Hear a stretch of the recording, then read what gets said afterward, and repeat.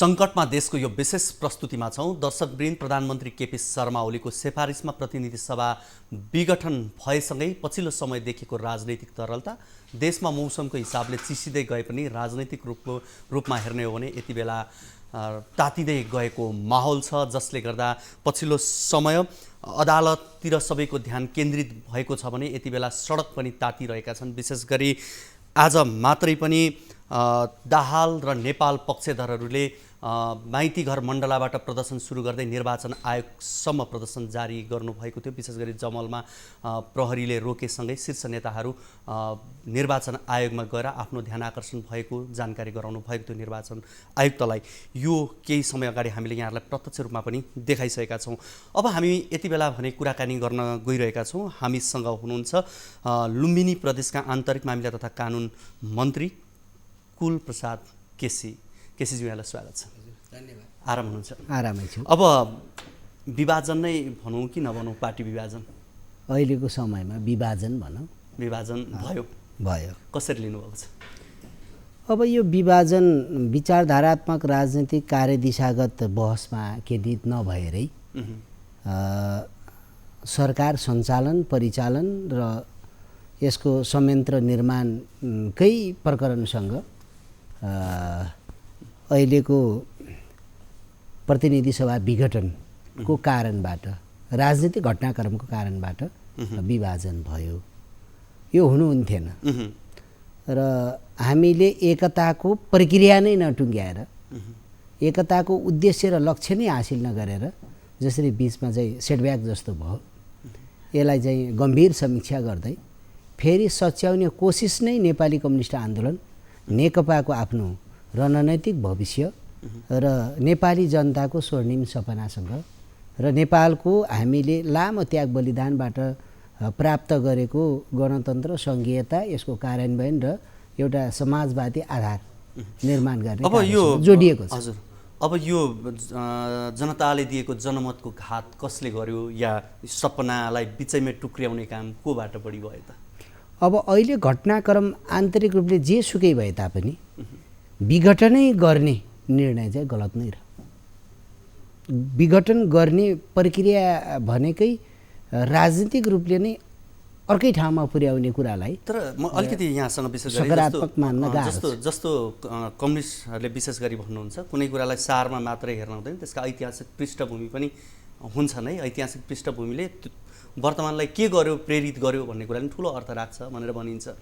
यसरी हेऱ्यो भने होइन, आफ्ना धेरै मतभेदहरू हुन सक्छन्, आफ्ना धेरै प्रक्रियाहरू अपनाउन सकिन्छ, तर एउटा संस्थागत समयावधिभित्र पहिलोचोटि स्थापना गर्नुपर्ने अनिवार्य एउटा विधि र नीति हुन्छ नि, यसलाई स्थापित नगर्दै एउटा नकारात्मक नजिर बस्यो भने त्यो सिस्टमको निम्ति धेरै ठुलो प्रतित्पादक हुन्छ। मैले भने कि जस्तोसुकै चुनौती र समस्या भए पनि, आन्तरिक सङ्कटहरू जस्तासुकै भए पनि, देशभित्रको सङ्कट जे भए पनि, राजनीतिक पार्टीका बिचमा जति फरक परे पनि विघटनै गर्ने कुराले नेपालको इतिहासमा कहिले सकारात्मकता दिएन। तर विशेष गरी सरकार गठन भएसँगै हेर्ने हो भने पार्टीभित्र देखेका जुन अन्तर्विरोधहरू देखिए र पार्टीले गरेका राम्रा कुराहरूलाई पनि पार्टीभित्रबाट कहिले राम्रो भयो भनेर भनिएन भन्ने आरोप विशेष गरी ओली पक्षधरको अहिले पनि छ। अर्कोतर्फ हेर्ने हो भने पछिल्लो समय जुन किसिमका विवादहरू देखिँदै गए त्यो विवादहरूले र काम गर्नै नदिएर खुट्टै मात्रै बाँधिदिने, हात मात्रै बाँधिदिने कामले गर्दा पनि यो अवस्था आयो भन्ने चाहिँ उहाँहरूको भनाइ छ नि त? होइन, आन्तरिक विषयलाई हल गर्ने तरिका अन्तिम अस्त्र त त्यो नहुनुपर्ने नि त। हाम्रो भनाइ मात्र के हो भने अन्तिम अस्त्रको रूपबाट प्रयोग गर्ने कुरा, जो विघटनकै हतियार प्रयोग गर्ने कुरा कस्तो भयो भन्दाखेरि आत्मघाती र नकारात्मक भयो होला। कति चाहिँ अब गर्दाखेरि आफूलाई चाहिँ सकारात्मक लाग्न त सक्ला, तर त्यसको सम्पूर्ण कता लाला त्यो उहाँले उठाउनु भएको कदम ट्र्याकमा र आफ्नो अनुकूलतामा त हिँड्दैन र कम्युनिस्ट आन्दोलनमा उभिएका जनता, कार्यकर्ता, लाखौँ लाखको सपनाभन्दा अलि पृथक, अप्रत्याशित, दुःखद र अब यसको चाहिँ अलि समीक्षा गर्न लायक चिज नै भयो। अब नेकपा ओली समूहमा लागेका गृहमन्त्री नामबहादुर थापा बादलले मध्यावधि निर्वाचन घोषणा एउटा अग्रगमन हो भनेर हिजो भन्नुभयो। अब कहीँ कतै यहाँ पनि हिजोको दिनमा थापा निकट पनि मानिनुहुन्थ्यो, कसरी लिनुहुन्छ उहाँको कुरालाई? उहाँले त अग्रगमनतर्फकै हो यो यात्रा भनिदिनु भयो। अब यो हाम्रो यही विषय नै मिलेको। अन्तिम समयमा हामी एकताको पक्षमा, यी सबै अग्रगमन, शान्ति अनि समृद्धिकै पक्षमा उभिएकै जमात हो। हाम्रो कार्यदिशा, हाम्रो रणनीति, हाम्रो एकता सबै यही भावनासँग गाँसिएरै केन्द्रित भयो। हुँदाखेरि विगतमा यस्तै राजनीतिक अन्तरका पृष्ठभूमि भएका सयौँ नेताहरू हुनुहुन्छ र विभिन्न आन्दोलनकै उपजहरू नेताहरू हुनुहुन्छ। तर यो निष्कर्ष के निकाल्न सकिँदैन भने विघटनलाई अग्रगमन मान्ने या प्रतिगमन मान्ने भन्ने दुईटा एकदम ज्वलन्त एन्सर आएको बेलामा कुनै पनि तरिकाले अग्रगमन भन्ने पुष्टि हुँदैन। त्यो चाहिँ अलि आत्मरति हुन्छ। त्यसले अग्रगमन दिँदैन कि यसले कतै न कतै नयाँ गत्यावरोध, नयाँ राजनीतिक सङ्कट या संवैधानिक सङ्कट। तपाईँ मैले विघटनको दिनदेखि नै संवैधानिक कोर्सहरूमा हेर्दा कतै पनि नमिल्दा हामीले परम्परागत राजनीतिक ओरिएन्टेसनलाई समात्दा ठुल्ठुला दुर्घटना मुलुकले त भोग्यो नि त।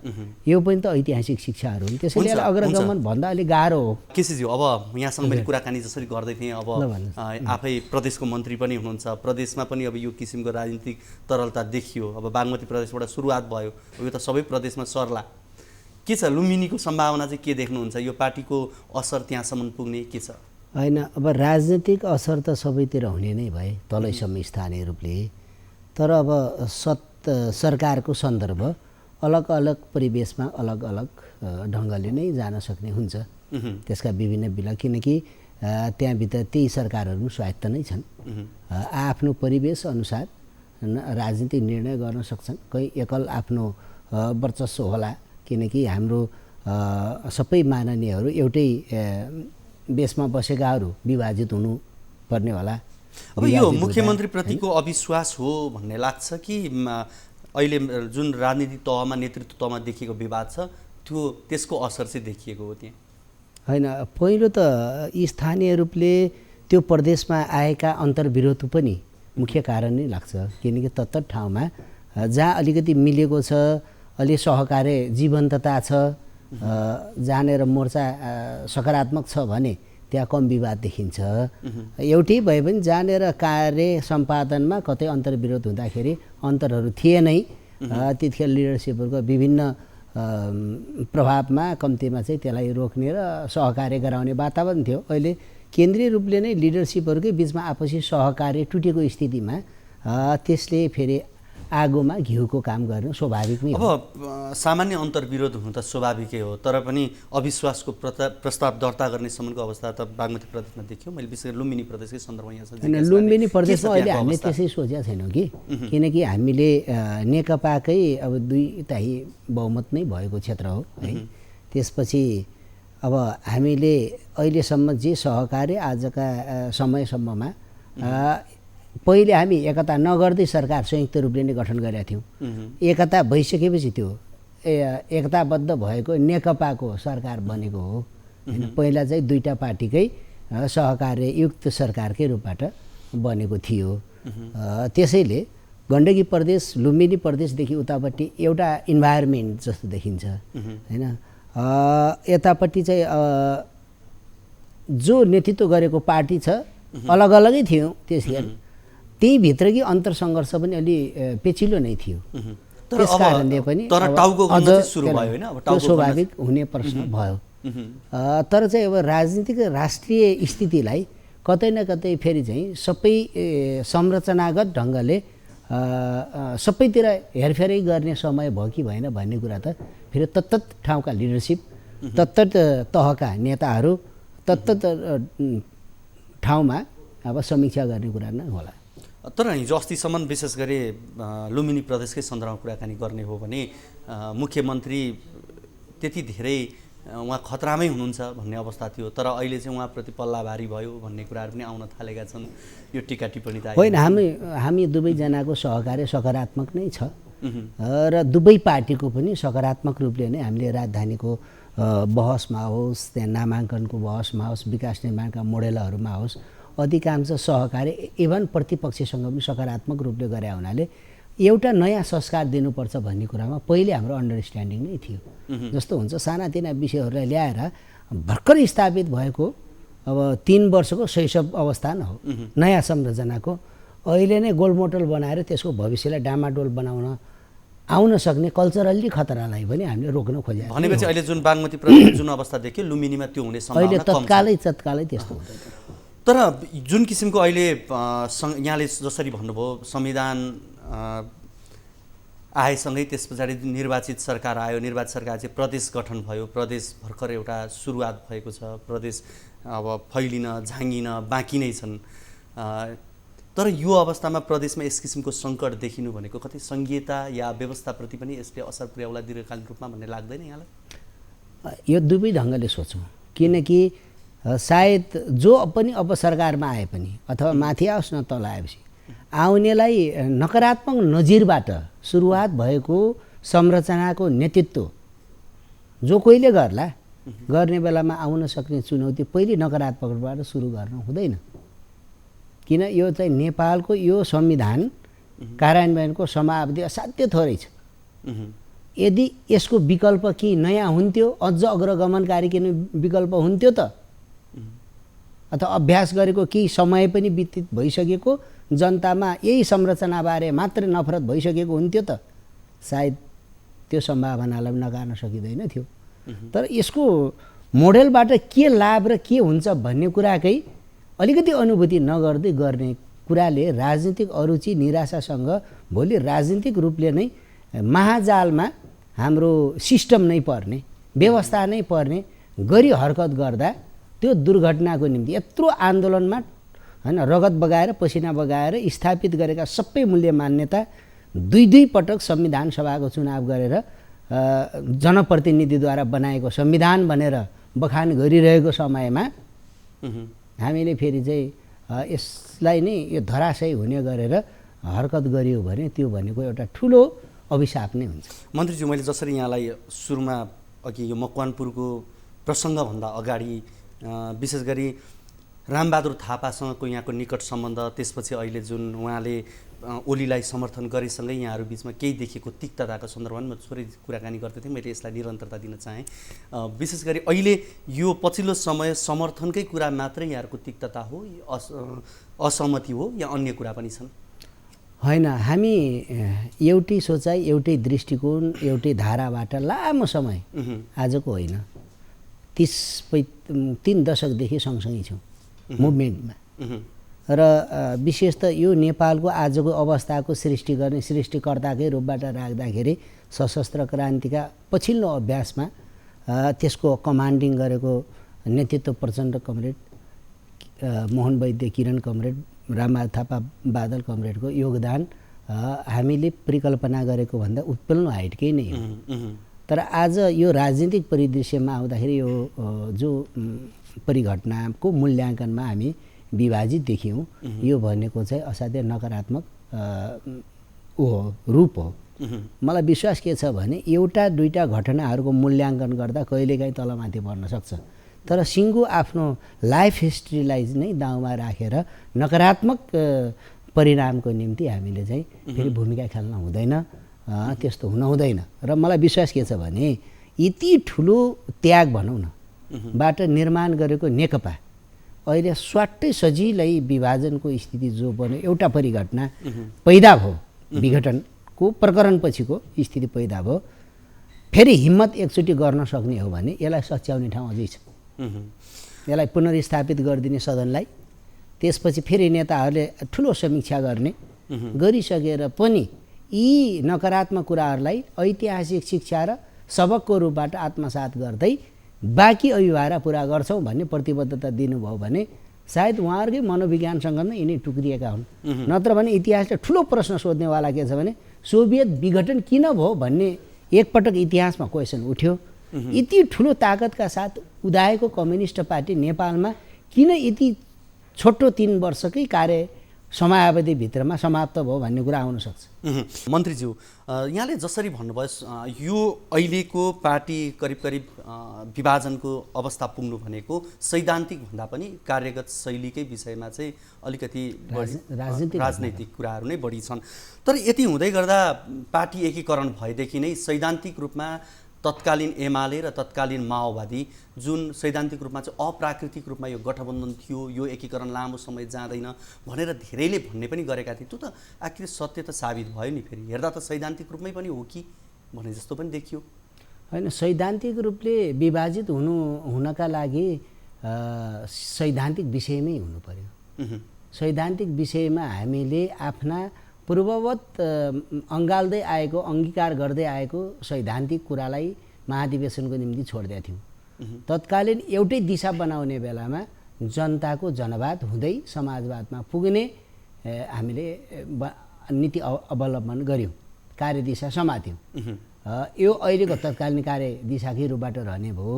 सैद्धान्तिक रूपले यसको सिद्धान्त के हुने, यसको रणनीति के हुने, कार्यनीति के हुने, समग्र यसको संरचना सङ्गठनात्मक रूपले कस्तो हुने र समाजवादको नयाँ मोडेल कस्तो हुने आजको युगको भन्ने कुरा संश्लेषण त बाँकी नै थियो। त्यसको महाधिवेशनको हामीले तिथिमिति त निर्धारण गऱ्यौँ। त्यसपछि कोभिड प्रकरण र हाम्रा बिचका कैयौँ बेमेलहरू, राजनीतिक र घटनाक्रमको मूल्याङ्कन र यतापट्टि आउँदाखेरि सरकार सञ्चालनदेखि पार्टी सञ्चालनसँग जोडिएका कैयौँ प्रश्नहरू, मनोवैज्ञानिक र कार्यशैलीगत प्रश्नहरू जोडिँदै आउने बेलामा यो दुर्घटनासम्म आउने बेलामा अलि नमिठो ढङ्गले भएको छ यो दुर्घटना। भनेपछि यो सैद्धान्तिक बहस नभएर राजनीतिक कारणले गर्दा, यो विभाजनको सङ्घारमा पुगेका कारणले गर्दा पनि पूर्व माओवादी र पूर्व एमाले नफुटिकन मिक्स भएर फुट्नुको कारण पनि यही हो? होइन, वास्तवमा सैद्धान्तिक रूपले आफ्नो आफ्नो मूल्य मान्यताहरू थिए नि।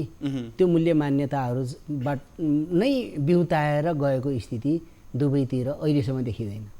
मूल्य मान्यता उही कायम गर्ने, रणनीति र कार्यनीतिमा पनि हेरफेर गरिएको छैन, उही ढङ्गले जाने भइसकेपछि यो के हो परिघटना भन्दाखेरि ठ्याक्कै त राजनीतिक विवाद अथवा राजनीतिक मुद्दा र राजनीतिक परिघटना फरक पर्न अब तर विश्वमा जसरी कम्युनिस्ट आन्दोलन ओह्रालो लाग्दै गर्दा नेपालमा भने केही आशा देखाएको थियो कम्युनिस्ट आन्दोलनले, तर यसले त अब नकारात्मक प्रभाव त पर्ने भयो नि दूरगामी रूपमै।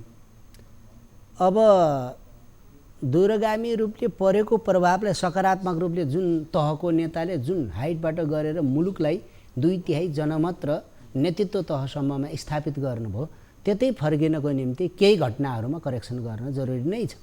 तपाईँले भनेको एउटा सत्य कुरा के हो भने, मैले अघि सोभियतको कुरा पनि गरेको थिएँ होइन। नेपालमा सोभियत सत्ता ढलेको बहस जस्तै नेपालमा 2/3 कम्युनिस्ट सरकार ढल्ने कुराको समीक्षा त सुरु भइसक्यो होइन। यसमा विभाजन पनि भयो। यही मुद्दा सँगसँगै नेपालको वामपन्थी आन्दोलनका सबै पक्षहरूले त्यति मात्र होइन, यहाँ त फेरि सत्तासँग जोडिएको प्रश्न भएको हुनाले डेमोक्रेटिकहरू पनि आएर बहस गर्ने समयमा आइसक्यो। अझ सडकमा निक्लिने स्थिति, यतापट्टि चाहिँ अब यसलाई बुझ्ने सवालमै दुईवटा धारणा भयो, असंवैधानिक अनि यतापट्टि आउने बेलामा यो सर्वसत्तावादी टाइपको भयो। एउटा सर्वसत्तावादका विरुद्ध सङ्घर्ष गरेर लोकतान्त्रिक गणतन्त्रमा आएका हौँ, यसमा त हामी सबै एकै ठाउँमा छौँ भने यहाँनिर के हो त भन्दाखेरि यो सदन विघटनबाट अब एउटा नयाँ प्रकरण सुरु भयो र यसलाई समीक्षा गर्दाखेरि यो ठिक थियो कि बेठिक थियो भन्ने मत दुईवटा अध्यक्षको नेतृत्वमा विभाजित भयो होइन। मैले केही समय अगाडि अब सबैले विशेष गरी कम्युनिस्ट नेताहरूले पनि आदर्श गुरु मान्ने मोहन विक्रम सिंहसँग मैले यहीँ स्टुडियोमा कुराकानी गर्ने क्रममा उहाँले एउटा भन्नुभएको थियो, विशेष गरी तत्कालीन एमाले र माओवादी सैद्धान्तिक रूपमा कम्युनिस्ट दर्शनबाट विचलित भइसकेका थिए। उनीहरूले खोल मात्रै उडेका थिए, तर पनि आज त्यो खोलले पनि काम गर्ने अवस्था पुग्यो। कम्युनिस्ट आन्दोलन चाहिँ अब धराशयी नै भयो। अब फर्केर जुन अवस्था बनिएको थियो त्यो चाहिँ अवस्था रहेन भनेर उहाँले पनि चिन्ता प्रकट गर्नुभएको थियो कि? चिन्ता ठिकै हो, तर अब हाम्रो जो गुरु जीवित नै हुनुहुन्छ, यो गौरवको कुरा पनि छ। बरु के हो त यसको विकल्प पनि त देखाउनु पऱ्यो। कम्युनिस्टहरूले एउटै झन्डामा ल्याएर कुन बाटोबाट हिँड्दा त्यो सम्पूर्ण खोलहरू उत्रिएर ओरिजिनल समाजवादी योद्धाको रूपबाट उभिने ठाउँ छ भनेर अलिकति संश्लेषण गर्ने समय पनि आयो भन्ने लाग्छ। एउटा मेरो यो एकदम चिन्ता हो, उहाँ हो पनि, तर समस्या मात्रै भयो भनेर विश्लेषण गर्ने होइन, संश्लेषण के हो गर्ने, यसलाई के गर्नुपर्छ त? कम्युनिस्टहरूले के कारणले विचलित भए भन्ने कुरा त छँदैछन्, गर्न नहुने कुरा पनि हाम्रा गुरुहरूले स्थापित गर्न। तर नेपालकै स्थितिमा यसलाई जगेर्ना गर्ने, र अगाडि लानको निम्ति यो बाटो समात्नुपर्छ भन्ने कुरा पनि त दिनु पर्यो। अलि दिशा भन्दा पनि समीक्षात्मक भयो क्या नेपालको कम्युनिस्ट आन्दोलन।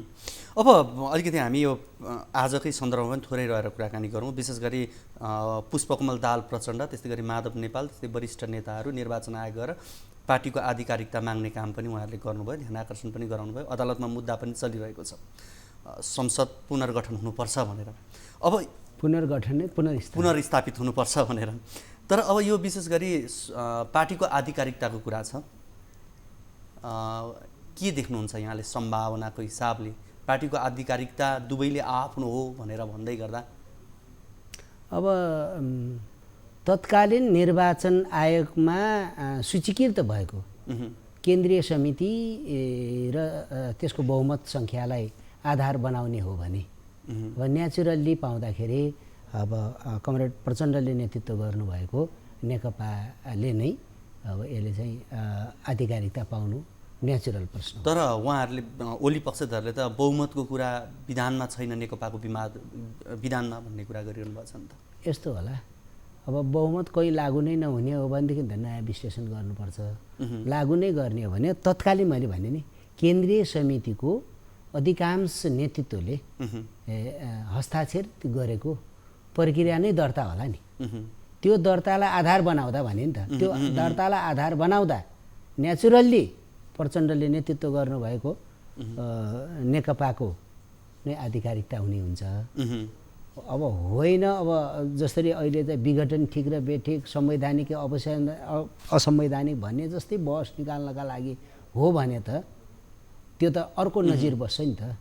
नजिर के बसाल्ने भन्ने प्रकरणमा चाहिँ बडा ख्याल गर्नुपर्छ जस्तो लाग्छ। अब यति बेला सबैको ध्यान, सबैको नजर चाहिँ विशेष गरी सर्वोच्च अदालत, त्यसै गरी निर्वाचन आयोगतिर दौडिएको अवस्थामा यी दुवैले गर्ने निर्णयले चाहिँ अब नेकपाको भाग्य र आगामी कार्यदिशा निर्धारण गर्छ।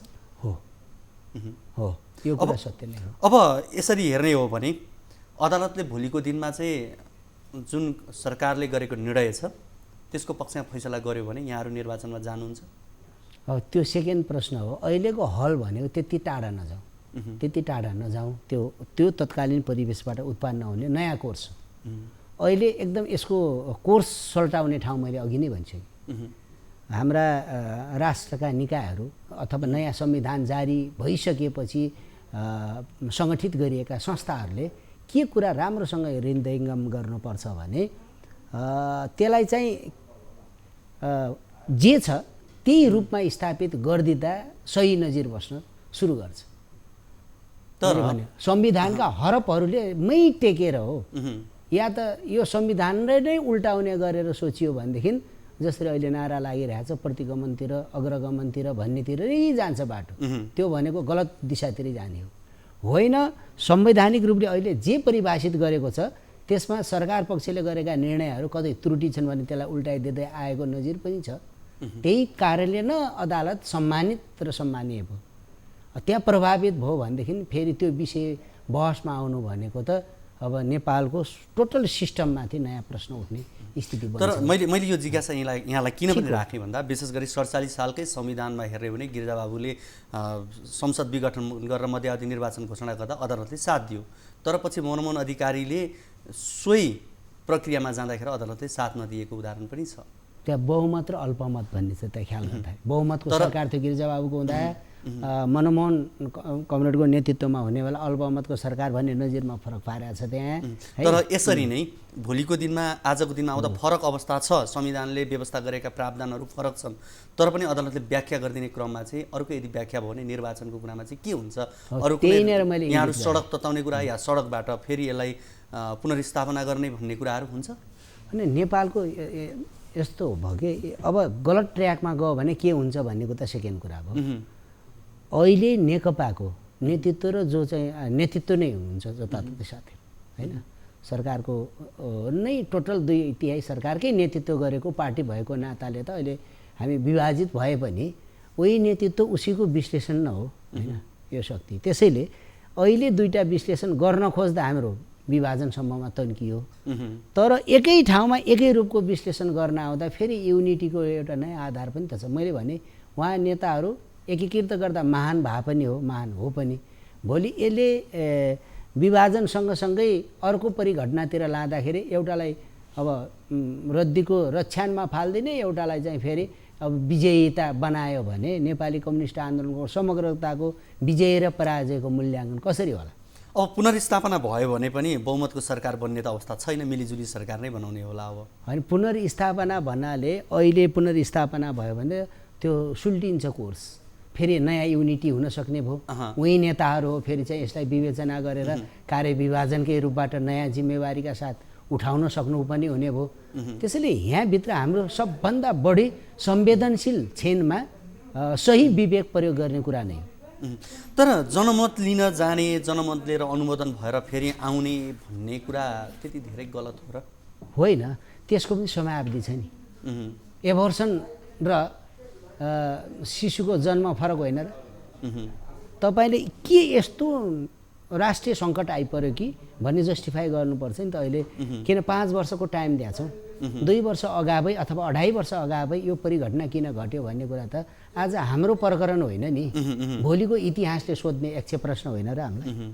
त्यसैले 2.5 वर्षपछि त चुनाव हुन्छ, त्यो नेचुरल नै हो, नेचुरल जान दिनुपर्छ। तर अहिले यो गर्दा दुईटा अघि नै तपाईँले भन्नु दुईटा मध्यावधिको चाहिँ नजिर तपाईँले पेस गर्नुभयो होइन। यो त्यतितिर फर्काउने भने यत्रो सिस्टम चेन्ज गरिसकेपछि यो प्रक्रियामा उभिएर होइन तर्क गर्नुको के औचित्य त, के परिवर्तन गर्यो भन्ने त जनतालाई दिने प्रश्न पनि त धेरै कठिन छ नि त। तर्क गरौँला, तथ्यहरूले के भन्छन् भन्दाखेरि यो नेचुरल्ली सिस्टमलाई रन गरिराख्ने भने 2.5 वर्षपछि नै जानुपर्छ कि जो गए पनि जाला, फेरि नयाँ फ्रेस रूपले अर्को म्यान्डेट ल्याउला, कम्युनिस्ट वा गैर कम्युनिस्ट जसको भए पनि फेरि नयाँ गभर्मेन्ट आउला होइन। यो सिस्टमलाई त रन हुन दिनु पऱ्यो। अहिले सिस्टमलाई नै चाहिँ अब विवादमा चौतारोमा उतारिदियो भनेदेखि त यसले त अर्कै रूप लिन्छ र नेपालले थ्याक्न सक्ला। महाजालको भूमरीमा पर्दा योभन्दा जाने अग्रगमनको बाटो के छ? समाजवादतिर जान्छ? यो प्रश्न त छ नि हामी। मन्त्रीज्यू, अब मैले यहाँसँग जसरी कुराकानी गरेँ, सुरुवातमा पनि मैले भने हिजोको दिनमा आम जनताले विगतमा देखेको अस्थिर सरकार, विदेशी हस्तक्षेप, यो सम्पूर्ण कुरा देखेर नेकपालाई 2/3 नजिकको बहुमत दिएको हो। यसमा त दुई मत छैन।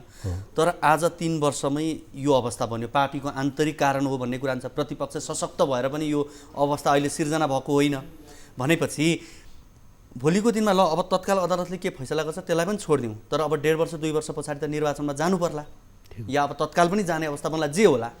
तर यति हुँदै गर्दा 1.5 वर्ष पछाडि नै राखौँ यहाँकै भनाइमा पनि 1.5 वर्ष 2 वर्ष, तर त्यतिखेर चाहिँ निर्वाचनमा के भनेर मत माग्ने कि फेरि होइन। हामीले जे छ त्यही जस्ताको तस्तै भन्नुपर्छ।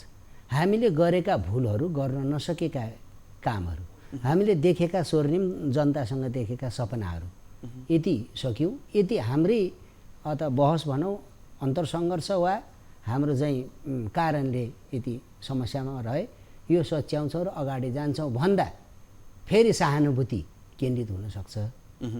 यसैमा बल प्रयोग गर्न थाल्यौँ, बल मिच्चाइ गर्न थाल्यौँ अथवा अलिक मूर्खतापूर्ण ढङ्गले सोच्न सुरु गर्न थाल्यौँ, विवेकसङ्गत ढङ्गले अब सोचेनौँ भनेदेखि त नेपाली कम्युनिस्ट आन्दोलनलाई त यो 7 दशकपछि गरे हामी युनिटी भन्ने कुरालाई त के भन्छौँ? अब भयङ्कर छ नि त। एउटा पक्षको प्रश्न होइन यो गर्दा आखिरी उत्तरार्धतिर रहनुभएका नेताहरू हुनुहुन्छ अहिले शीर्ष तहमा, उहाँले यो बेलामा यो हाइटलाई होइन कसैलाई कलङ्कित कसैलाई निष्कलङ्कित बनाउनेतिरबाट अब लाने भन्दा पनि यसलाई चाहिँ सबैलाई विजयिताको रूपबाट लाने हो भनेदेखि फेरि पुनर्स्थापित गर्नु सहकार्यद्वारा, फेरि नयाँ संवादद्वारा, नयाँ सहमतिद्वारा नेचुरल्ली फेरि चाहिँ सरकार चाहिँ आलो पालो होस् वा अरू कुनै नयाँ लिडरसिप ल्याएर होस् अथवा कुनै तरिकाले होस्, फेरि बरु रन गरेरै जानु नै हाम्रो हित छ।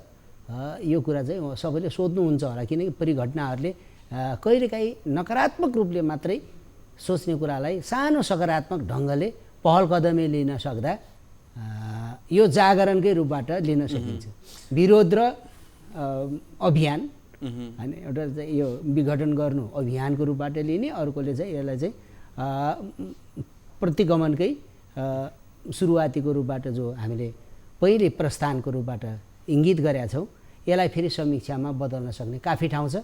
त्यो भनेको यसलाई पुनर्स्थापित गर्नु हैन गल्तीहरू फेरि सच्याउनु फेरि नयाँ राजनीतिक सहमति चाहिन्छ गर्नु हैन मान्छेहरू फेरिन सक्छन् सिस्टम फेर्ने कुरा त केही दशकहरूको हेरफेर हो त्यसैले मान्छे बरु बदलिएला तर सिस्टमलाई त कायम गरौँ भर्खरै स्थापित गरेको धेरै लामो समय भएको छैन भन्ने मात्रै हो अब मान्छे फेरिने कुरा पनि नेतृत्व करिब करिब हेर्ने हो भने हाम्रो पुस्ताले हेर्ने हो भने नि जतिखेर नाम सुनेका व्यक्तिहरू जुन अवस्थाबाट सुनियो चिन्यो आजसम्म हेर्ने हो भने उहाँहरूकै नाम सुनिन्छ भने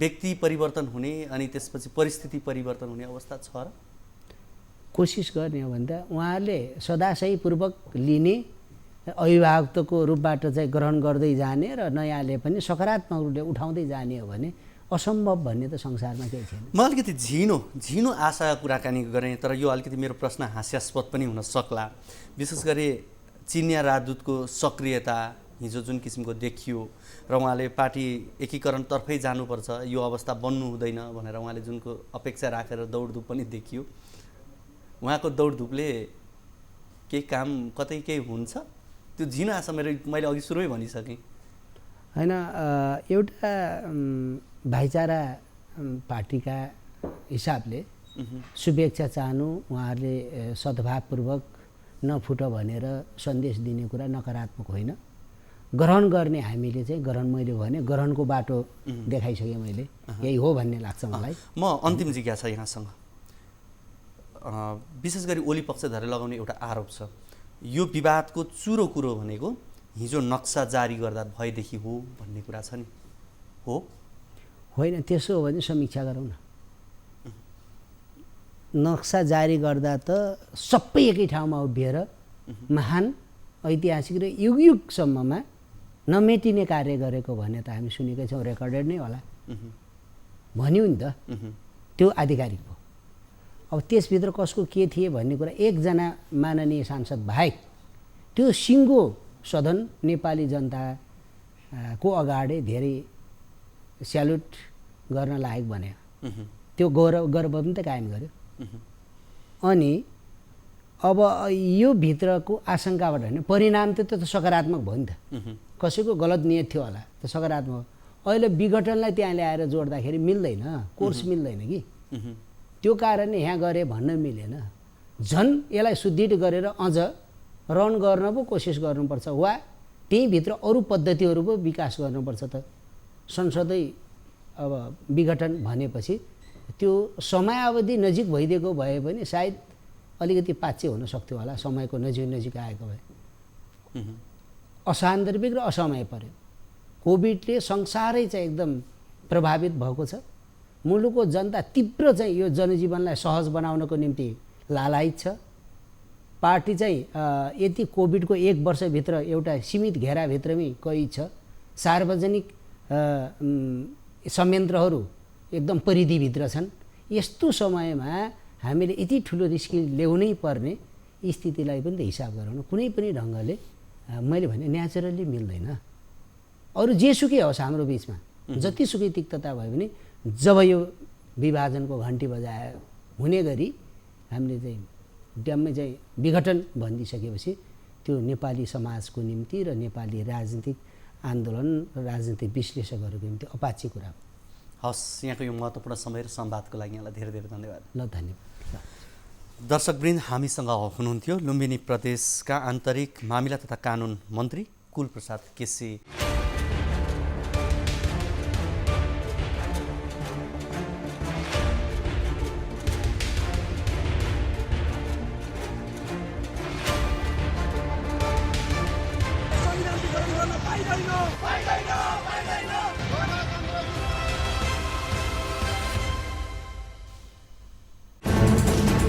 कोरोनाले सृजना गरेको सङ्कटमा पल पलका न्युज अपडेट र हर क्षेत्रको कभरेजका लागि न्युज 24 नेपाल युट्युब च्यानललाई सब्स्क्राइब गर्नुहोला।